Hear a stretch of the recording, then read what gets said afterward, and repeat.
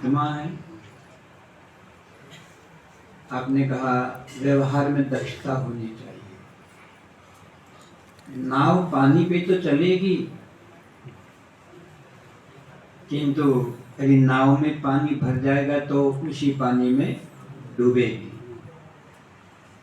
हम आए हैं तो संसार में तो रहेंगे, संसार से बाहर तो आप जा नहीं सकते हैं। कि तो आपके भीतर संसार भर गया तो डूबेंगे। महाराज श्री की शांत मुद्रा को देखा तो पता लगा ये शरीर नहीं है। इतनी साधना करने के बाद शरीर नहीं, इसका पता कैसे लगेगा?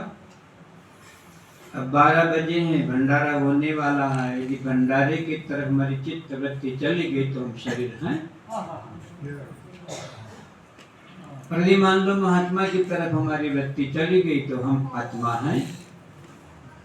अब आपको तय करना है कि भंडारे की ओर चलना है कि परमात्मा की ओर चलना है, वो आप तय करेंगे। आप नहीं बोले उसका अर्थ भंडारे की ओर जाना। मैं अधिक समय नहीं लूंगा, क्योंकि मुझे पता है कि आपकी मजबूरी है। यदि मैं आधा घंटा बोलूंगा तो भी आप बैठेंगे। वो आपकी तितिक्षा है, आपका धैर्य है, आप भक्त हैं, सरल हैं। कि तो अतिक्रमण तो हमको नहीं करना चाहिए, मगर मेरी मजबूरी देखो है। आपको ध्यान दिलाता हूँ महाराष्ट्र की ओर। ये करुणा की मूर्ति है। जब परमात्मा की करुणा छलकने लगती है, परमात्मा का ज्ञान जब उभरने लगता है और अवतार लेने का समय नहीं होता है, क्योंकि भगवान तो बोलते यदा यदा ही धर्मस्य ग्लानिर्भवति भारत। अभी समय वो नहीं आया है कि परमात्मा को आना पड़े। यदि संतों के आने से काम चल जाता है तो संतों को ही भेजते हैं और स्वयं संत बनकर ही धरती के ऊपर उतरते हैं। संत को परमात्मा से कम मत समझिए, तभी तो संतों की महिमा है। ब्रह्म ज्ञान से तो चर्चा शुरू हुई। मैं इनको धन्यवाद देता हूँ श्रीमद् भागवत प्रवक्ताओं को कि ब्रह्म ज्ञान से बहुत सुंदर रसीली बात से शुरुआत की है। और हमारे पूज्य चरण भक्त माली जी महाराज ने जो आपको भावना भरी गन्ना भक्त की आपको जो कथा सुनाए, कैसे भाव होंगे, कितनी निष्ठा होगी, उससे कम पर हम राजी नहीं होंगे। जिस प्रकार छोटे बालक को खिलौना देते खेलने के लिए, एक वो टोंटी आती है, उसको क्या बोलते हैं, चुसने। मुंह में माँ कोई काम करना होता है तो उसके मुंह में चुसने देती रहती है। वो कब तक चुसता है? आपका ही तो आपका विषय है, मेरा नहीं है। कब तक चुसता है? जब तक उसको असली भूख नहीं लगी है। असली भूख लगेगी तो इसको पता लगता है चूसने से पेट भरने वाला नहीं, फेंक देगा, रोएगा। उस समय पर माँ दौड़ती हुई आती है और उससे अपने हृदय का वात्सल्य का पान कराती है, अमृत का पान कराती है। हम लोग तो झुंझुनों में लगे हुए हैं, हम चूसनियाँ चूस रहे हैं, संसार में मस्त हैं। हमारे पूर्व वक्ताओं ने इतनी बढ़िया बढ़िया बातें कही हैं। एक तरफ संसार है, एक तरफ परमात्मा है। अभी आपने कहा इसको छोड़े बिना। अब बोलिए, मैं यही बात करूं, यदि परमात्मा चाहिए और छोड़ना है तो आप तैयार हो जाएंगे? हृदय से बोलिए। अब घर नहीं जाना है, चलेगा ना? कोई नहीं बोलेगा ना? इसका मतलब छोड़ना नहीं है, समझना है। अरे छोड़ने वाली बात होती तो बनाता क्यों? ये रात दिन बनाए जा रहा है और मंच पे बैठ के सारे लोग इसको कहते हैं छोड़ो छोड़ो। अरे तुमने कितना छोड़ा है? तुम तो ईंट पे ईंट रखते हुए जा रहे हो, बनाए जा रहे हो, झोले भरे जा रहे हो। जितना धन आपके पास में नहीं है उससे 1000 गुना धन महात्माओं के पास है। आपका घर तो मैंने देखा है, बहुत छोटे छोटे घर होते हैं। आप कैसे रहते हैं, कभी कभी तो आश्चर्य होता है। महात्माओं के बड़े बड़े महल होते हैं मगर वो भी छोटे पड़ते हैं। तो जो छोड़ने वाली बात है वो मेरी समझ में तो नहीं आती, किंतु समझने वाली बात यदि आ जाए तो स्वे स्वे कर्मण्य अभिरतः संसिद्धिम लभते मरव, रहना आ जाए। जहां आपको भेजा है वहां रहना सीखो। पानी में नाव चले तो चले, मत नाव में पानी आने दो। संसार में मन रहता हो तो रहने दो, मगर मन में संसार न आने दो। रहिए, कौन मना करता है, नाव तो पानी में ही चलेगी। अरे जन्म लिया है तो दुनिया में ही तो रहेंगे। रहने की कला होती है। मैं महाराष्ट्र के बाद में सभी महापुरुषों को हृदय झुकाकर प्रणाम करता हूँ, क्योंकि समय के अभाव में मैं नाम नहीं ले पाता हूँ। आपका भी अभिनंदन, सबका भी अभिनंदन। किंतु रहना एक कला है। परमात्मा ने आपको एक चाबी दी है। ताले में खोलना और बंद करने में कितनी ताली होती है? खोलने की अलग होती है, बंद करने की अलग होती है, एक ही होती है। घुमाने का तरीका अलग अलग है ना। ऊपर घुमाएंगे तो ताला खुल जाएगा और नीचे घुमाएंगे तो ताला बंद हो जाएगा। यदि हम परमात्मा से अलग हो जाएंगे, परमात्मा की स्मृति से अलग हो जाएंगे तो भव सागर में बंध जाएंगे, डूब जाएंगे। और जरा सा चाबी को ऊपर कर देंगे, अपने मन को परमात्मा की ओर कर देंगे तो भव भव के ताले खुल जाएंगे। जब नंद बाबा ने भगवान को ऊपर उठाया तो उनके बंधन खुल गए ना। ये कथा थोड़ी, ये जीवन है। ये नहीं तो हम कहेंगे नंद बाबा की कथा तो वर्षा होगी, 5000 साल हो गए, क्या करेंगे। किंतु भाव ये होता है कि भगवान श्री कृष्ण को सिर पे बिठाते ही इसके पहले तो भवबंधन नहीं टूटे। यदि जिसने भी अपने ऊपर, अपने मस्तिष्क में, अपने स्मरण में भगवान को बिठा दिया, सतत स्मरण करना। यदि जो व्यक्ति परमात्मा का स्मरण करेगा वो कैसे डूबेगा। प्रभु मुद्रिका मेली मुख माही, जलती लांग गई अद्रज नाही। कि किसको यश दे रहे हैं हनुमान जी? हनुमान जी भगवान श्री राम की मुद्रिका, राम को नहीं, राम की मुद्रिका, प्रभु मुद्रिका, जो उनका नाम, मुद्रिका का मतलब छाप खाना, छापा हुआ। तुम्हारी जिह्वा के ऊपर यदि भगवान का नाम छप जाए, इसका अर्थ होता है बार बार भगवान का नाम निकलता जाए। तो कहते हैं जल की लांग के अतर्ज नाही, इतने बड़े समुद्र को पार कर गए। अरे भगवान के नाम से समुद्र नहीं, भव सागर के भव सागर भी हम पार कर सकते हैं। ये कला है जीने की, यहाँ रहने की कला। थोड़ी आपके घर की बात करता हूँ। उसे मुझे बोलना तो था, महाराज जी की तक यात्रा पहुंचाने का विचार था मेरा कि कहाँ से हमारे जीवन की शुरुआत होती है और कहाँ महाराज तक पहुंचते हैं। थोड़ी सी बोल ही देता। बैठोगे ना थोड़ी देर? सबसे पहले परमात्मा पूरे विश्व के अंदर छाया हुआ है, कहीं से भी ढूंढ सकते हैं। अभी महाराज ने कथा सुनाई थी, वो झोले में से निकाला, उसको लूछा पहुंचा, उसको भोग लगाया। कौन था वो? हाथी पत्थर की बटागरी में दूसरा ठाकुर भी लाए थे ढूंढ के। कहाँ से लाए थे? कहीं नहाने गए और वहीं से एक पत्थर उठा लिया।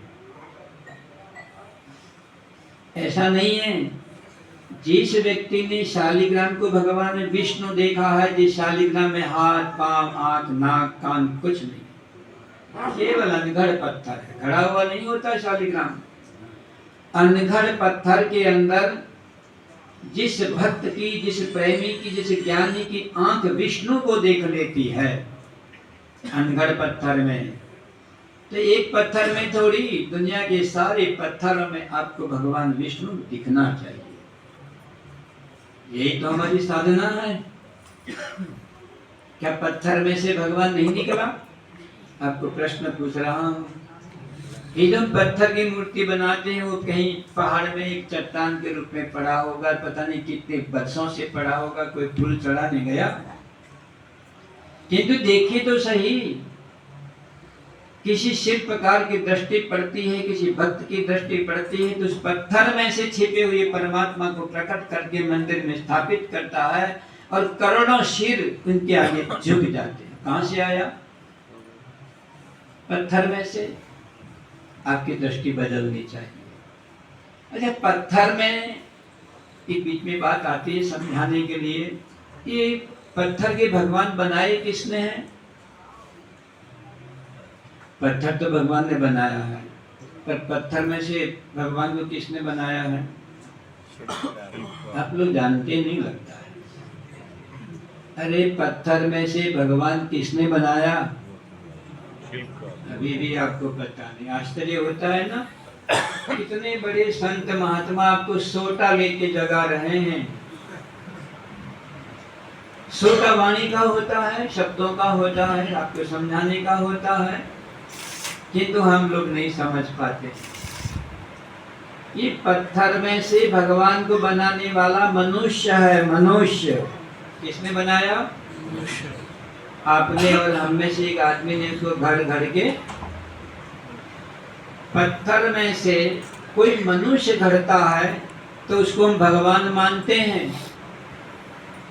किंतु भगवान जिसको घर घर के बनाकर धरती पर भेजता है, हमारी गोद में भेजता है, कभी भगवान माना? कहाँ हम लोग मूर्ति की पूजा करते हैं? मूर्ति की पूजा का अर्थ ही होता है, वहां भी अहंकार ही काम करता है कि मैंने घड़ा, मेरा घड़ा भगवान है तो मानूंगा, मगर भगवान का घड़ा भगवान है उसको मैं नहीं। और संत महात्मा बेचारे दृष्टांत दिए दिए जाते हैं, मानो मानो। अरे ऐसा कोई बना पाएगा? ये आंख तो अध्यात्म मार्ग का कोई भावुक समझ सकता है कि ये आंख से देखता है।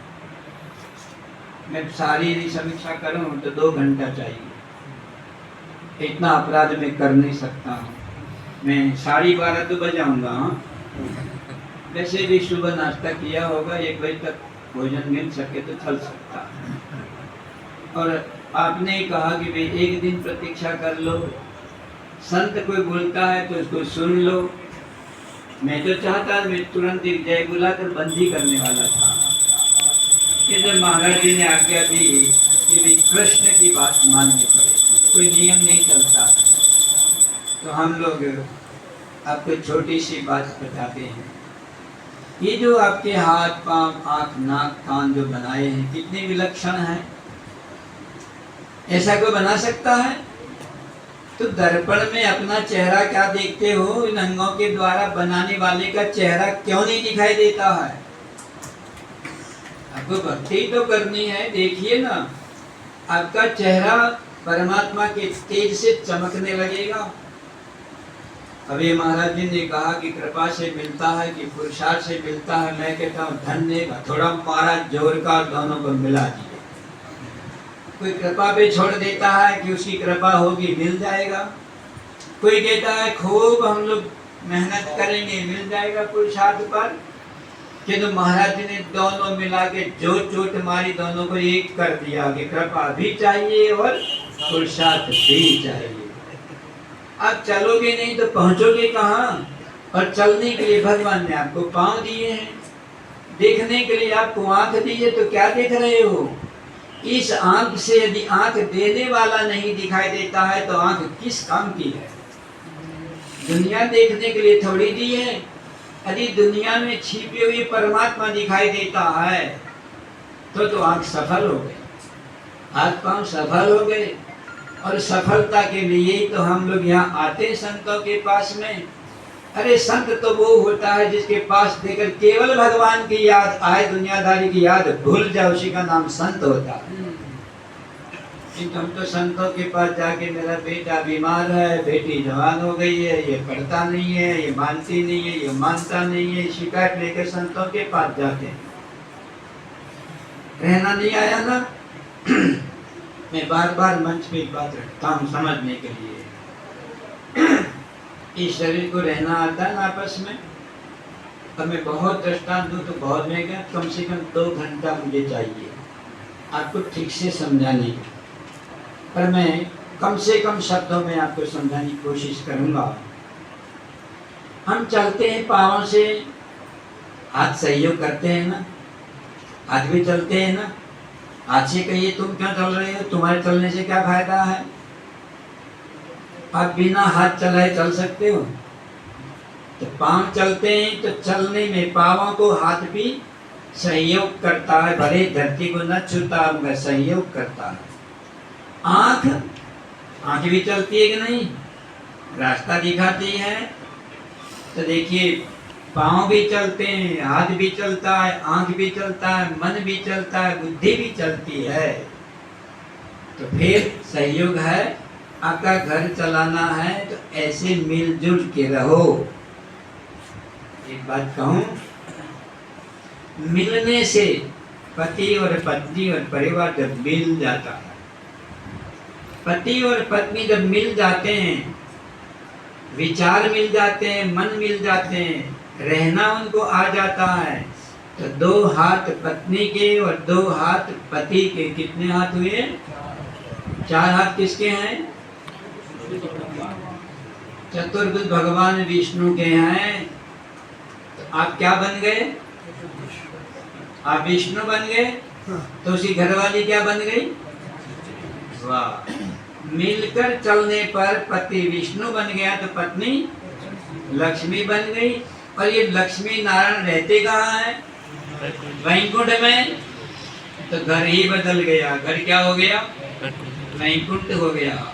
यदि धरती के ऊपर मनुष्य जन्म मिलने पर, मन बुद्धि देने पर घर को वैकुंठ नहीं बनाया तो नरक बनाने का अधिकार आपका नहीं था। सत्संग में आ रहे हो ना। मैं तो माला की भी बात नहीं करता हूँ, मंदिर की भी बात नहीं करता हूँ। आप जहाँ हो वहीं रहना तो सीखो। और 2 पांव मतलब प्रतिकूलता, 2 पांव पत्नी के और 2 पांव पति के रहना नहीं आता है, प्रतिकूलता है। तो 2 पांव पति के और 2 पांव पत्नी के, कितने पांव हो गए? 4 पांव किसके होते हैं? जानवर के। यदि पति और पत्नी रोज लड़ते रहेंगे, प्रतिकूल रहेंगे तो घर क्या हो गया? जानवर। हम तो जानवर हो गए। और जानवर को कहाँ रखा जाता? पशुशाला में, जहाँ घास फूस डाला जाता है। भले ही लड्डू पेड़ा बनते हो मगर लड़के खाओ तो घास फूस से ज्यादा उसका स्वाद नहीं होता, बल्कि खाते भी नहीं है, फेंक देते। रहना सीखो जहाँ पर तुमको पैदा किया है। भगवान तो बोलते हैं, आप किसको बुलाते हो? माला फेरने वाले को बुलाते हो, मंदिर जाने वाले को बुलाते हो? कहते हैं नहीं, मैंने जो दुनिया बनाई है, ध्यान रखना ये, ऐसा नहीं मैं भक्त नहीं हूँ, मैं माला नहीं फेरता हूँ, क्योंकि समझाने के लिए। केवल मंदिर जाने से रास्ता नहीं खुलता है, ध्यान रखिएगा। मंदिर में तो जेब कतरे भी तो पहुँचते हैं, मंदिर में भिखारी भी तो पहुँचते हैं। अरे मंदिर में अपनी कामनाओं को पूरे करने वाले कामी भी तो पहुँचते हैं। भक्त कितने पहुँचते हैं? कोई इक्का दुक्का होगा जो भगवान के लिए भगवान को प्रणाम करता है, बाकी तो अपनी कामनाओं को प्रणाम करता है। कितने भक्त हो सकते हैं? बहुत कम। तो विचार करिएगा, ये दुनिया बनाने वाले ने कुछ सोच के बनाई होगी, क्यों इसकी निंदा करते हो? रहना सीखो। कहते हैं ब्रह्मांड के गोलोक का ताला खोलने की ताली तुम्हारा घर है। अभी भी समझ में नहीं आया ना? यदि गोलोक में जाना है तो लाख लाख माला फेरने पर भी मैं कहता हूँ दावे से कि गोलोक का द्वार नहीं खुलेगा। रोज 10 बार मंदिरों के दर्शन करो, गोलोक का द्वार नहीं खुलेगा।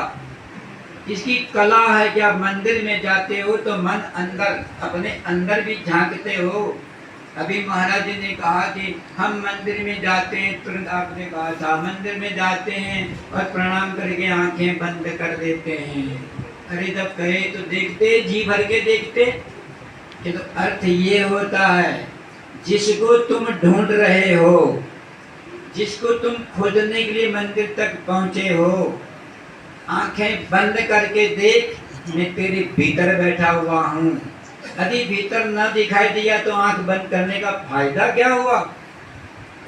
और दिखता है कि नहीं? तो याद रखिएगा, पत्थर का भगवान बाहर रह जाता है और जो चिन्मय भगवान होता है, असली भगवान होता है, वो तुम्हारे भीतर प्रकट हो जाता है। संत आपको ये बुद्धि देते हैं। हम तो केवल बस आंख बंद की, जो बाहर था वो अंदर देखा और घर लौट आते हैं, जैसे कि तैसे रह जाते हैं। तो कभी नहीं सोचा कि पत्थर वाला तो बाहर रह गया, कि तो ऐसा कौन था जो मेरे भीतर दिखाई देता है, जो पत्थर का नहीं है, जो साक्षात परमात्मा है, चिन्मय है। हम जानते नहीं, जानते नहीं तो हाथ का हीरा भी पत्थर समझकर फेंक देते हैं, बाद में रोते रहते हैं। जीवन जब समाप्त हो जाएगा, इसके बाद क्या करोगे? अच्छा ये है, पहले चेत जाओ। सबसे पहले शुरुआत ये होगी कि आप खुद में रहना सीखो। सारे शास्त्र आपको कहाँ ले जाएंगे? शास्त्र आप पड़ोसी के घर में नहीं ले जाएंगे। पड़ोसी के घर में कितनी भी शांति होगी, यदि हमको रहना नहीं आता है, यदि हम रोज घर में लड़ाई झगड़ा करते हैं, तो घर तो नरक वैसे ही बन गया है। गीता, रामायण, भागवत आदि तो वैसे रखा है। संत को भोजन कराने से थोड़ी बात बनती है, जब तक आप बदल ना जाओ। आपको बदलने की बात सभी संतों ने कही है, उसका नाम है पुरुषार्थ। कृपा कैसे नहीं उतरेगी? कृपा नहीं होती तो आपको गाय, भैंस, गधा, घोड़ा बना देता, और फिर आप बोलते ही क्या करें, तूने गधा बना दिया, भजन कैसे करूं? ये तो कृपा कैसे नहीं है? आप कृपा की भीख कैसे मांगते हो? कृपा तो आपको दे चुके हैं परमात्मा। अब तो उसके आगे की बात करो। प्रभु तूने जानवर नहीं बनाया, तूने मनुष्य बनाया है। मैं जो चाहूं सो बोल सकता हूं, जो चाहूं सो लिख सकता हूं, चाहूं सो सुख में सोच सकता हूं। यदि मैं स्वतंत्र हूं तो भगवान की क्यों नहीं सोचते हो?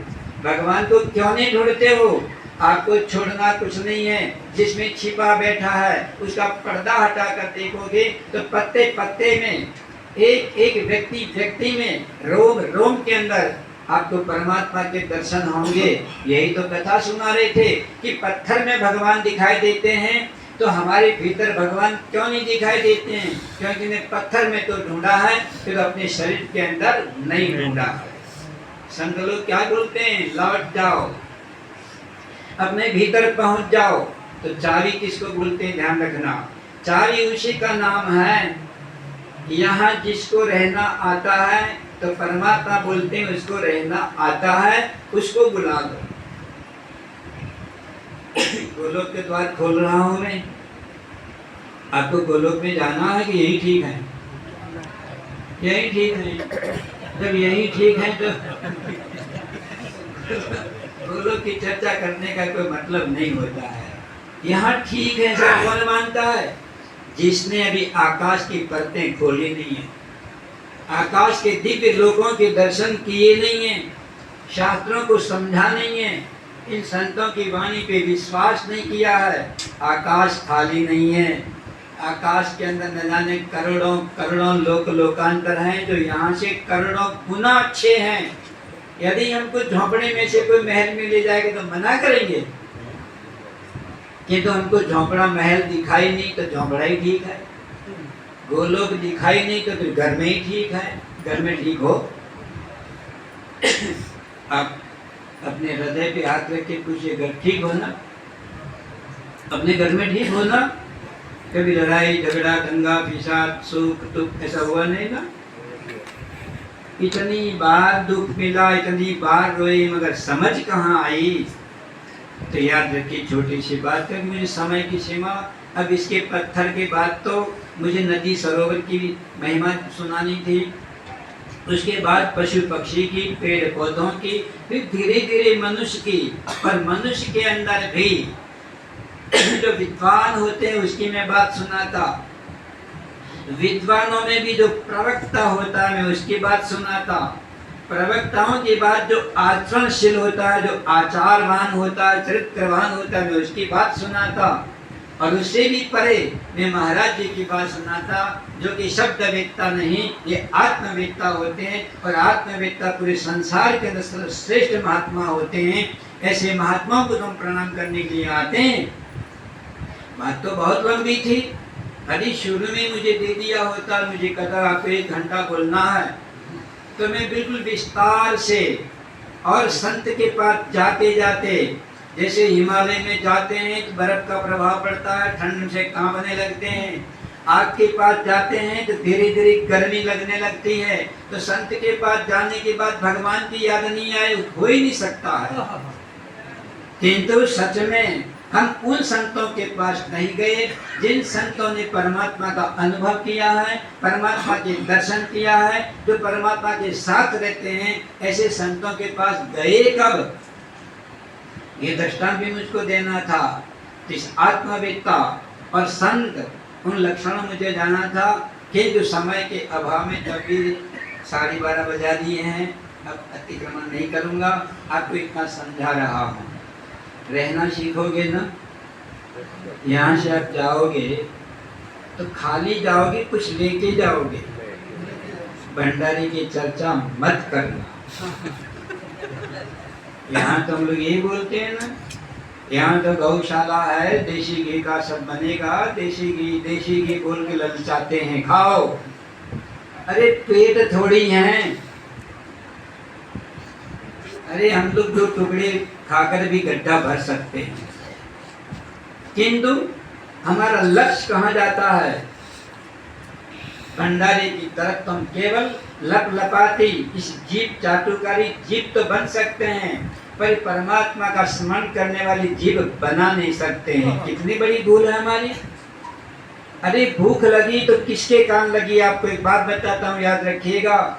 मुर्दे को भूख लगती है, क्यों इसका पेट नहीं है? बोलिए। मुर्दे को पेट नहीं होता, आंख नहीं होती, कान नहीं होते, नाक नहीं होती, काम में आता है। नाक हो, कान हो, पेट हो, कुछ भी हो, तो भाई ध्यान रखो, मुर्दा सिद्ध नहीं हो गया है कि सिद्ध मानते हो? अरे मर गया है, सिद्ध थोड़े ही है। सिद्ध उसको बोला जाता है कि जब तक वो है तो पेट में भूख लगेगी, तो भूख लगेगी उसका मतलब परमात्मा है। कभी आपको विचार आया? ये नहीं होता तो भूख कैसे लगती? तो भूख लगते उसकी याद आने लगनी चाहिए, प्यास लगते ही याद आनी चाहिए। मुर्दे को प्यास कहाँ लगती है? अरे बुखार भी आ जाए तो मुर्दे को बुखार नहीं आता है। ध्यान रखिएगा, सब कुछ आपको हो रहा है उसके होने पर। तो क्या प्रत्येक घटना में उसके होने की, आप उसके अस्तित्व को क्या अपने सामने लाते हो? आपको भागना नहीं है, जो कर रहे हो वही करना है, ये गीता का संदेश है। किंतु उसमें शामिल किसको करना है? तस्मात् सर्वेषु कालेषु मामनुस्मरयुध्य च, मेरा स्मरण कर।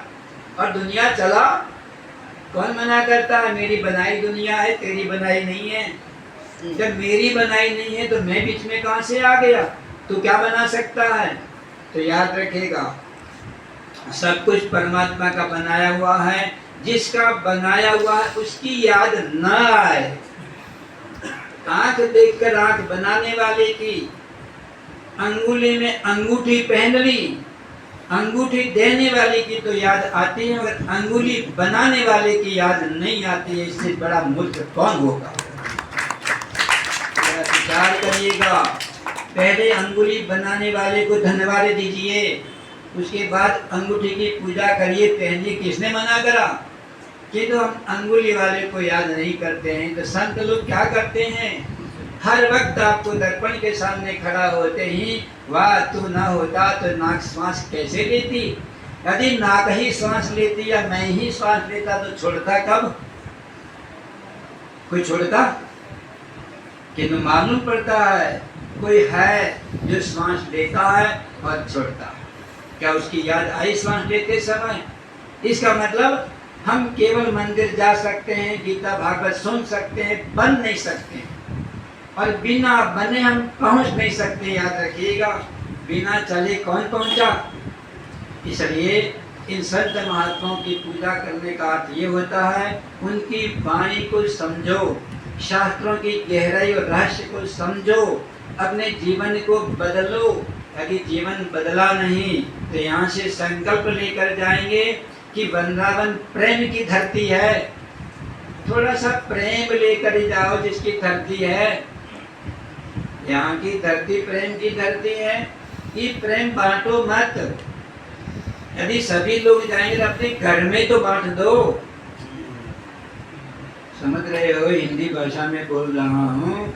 यहाँ से जब जाओगे थोड़ा प्रेम ले जाओगे ना, और वो प्रेम अपने घर में ही बांटो। अर्थात पति और पत्नी के बीच सामंजस्य हो। गलती कौन नहीं करता है? क्या केवल पति बन गए तो तुम क्या भगवान बन गए? अरे पति भी गलती करता है, पत्नी भी गलती। इतनी बातें याद आ रही हैं आपको मोड़ने के लिए, किंतु समय मुझे बांध देता है, क्योंकि समय के साथ मैं चलता हूँ। मुझे समय समय से नहीं दिया गया, ध्यान रखिएगा। मैं समय का अतिक्रमण नहीं कर रहा हूँ, मुझे समय से समय नहीं दिया गया, इसलिए आपको बेसमय बैठना पड़ रहा है। तो ध्यान रखिएगा, थोड़ा प्रेम लेकर जाइएगा। पति और पत्नी के बीच जिसने गलती नहीं की है वो दूसरे की गलती माफ नहीं कर सकता है। अंगुली उठाइए, किसने गलती नहीं की? सबने की। तो फिर क्षमा विरस्य भूषणम। पत्नी गलती करे माफ, पति पत्नी गलती करे माफ, बेटा बेटी कोई भी गलती करे समझाइए, रहना सीखिएगा। ठीक। तो जिस प्रकार अनेक प्रकार की मिठाई में से जब हम चाशनी को निकाल दें, शक्कर को निकाल दें, तो मिठाई कैसी होगी? फीकी होगी। तो प्रेम रूपी चाशनी को, अपने समस्त कर्म को, समस्त व्यवहार को प्रेम की चाशनी में डाल के और फिर खाइए, क्या मजा आएगा। अभी का भजन किसको बोलते हैं? किम नाम भजनम, भजनम नाम रसनम। अरे गन्ना चूसते हो, मिश्री चूसते हो, आम की गुठली कितनी बार चूसते हो, झूठी नहीं होती। आम मिल जाए जूनागढ़ का गढ़े महात्मा जी, अरे केसर आम की गुठली को एक बार फिर 2 बार, झूठी होती है? आपको पूछ रहा हूँ, कभी गुठली चूसी है? रोज चूसते, झूठी होती है? कहाँ होती? झूठी होती फेंक दे बार बार। तो क्या चूस रहे हो आप? इसकी मिठास चूस रहे हो। तो भजन किसको बोलते हैं? एक बार नहीं, 100 बार चूसनी पड़े, जब तक रस आता रहे। तो देखिए गुठली तो फिर भी निरस हो जाएगी, किंतु भगवत नाम में उतना रस आना चाहिए कि आज 1 बार तो कल 2 बार तो परसों 10 बार। इसमें जो रस आना चाहिए, यदि वो रस आता है तो आपका जीवन धन्य हो जाएगा। तो जहाँ खड़े हो वहाँ जीना सीखो, रहना सीखो, और वही परमात्मा का स्मरण करते हुए गोलोक का द्वार खोल दीजिए। वो आपके हाथ की ताली है, उस ताली का सदुपयोग करिए। मैं सभी को वंदन करता हुआ, महापुरुषों को वंदन करता हुआ वाणी को बहुत सुंदर।